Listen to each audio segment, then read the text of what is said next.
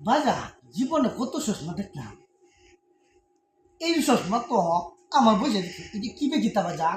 আরে বাজান কইও না, আগের বয়সটা তো আর নাই। এটা তোমার সুদান গেছিলাম একটু ঘুরতাম, হ্যাঁ পরে সুদান সরকারে আমার দেখে হ্যাঁ, কইতাছে তুমি এই নো। এইসব বলাস, পরে তো সুদান সরকারে নিজে আমার এই চশমাটা কিনে দিল। এইসব বলাস করছিস। এই চশমার বহুত ইতিহাস আছে। তুই কই ভাই, কই ভাই কয়াম বাজা এইটা কি তাতে? এইটা কইও না বাজান। এই যে গেছে বিশ্বকাপ খেলা, এই খেলার মধ্যে গেছিলাম তোমার কাতার।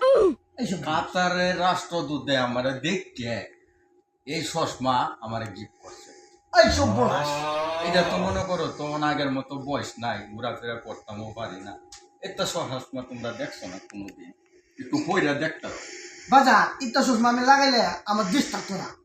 ওখান যে এটা আপনি গেল, আপনারা তো অনেক পাগল আছে, টিয়া তো টিকেটই পেল না বিশ্বকাপে। এইটা এইটা মনে করো কপাল, আমার কপালে আসি, এই জন্য মনে করো পাইছি।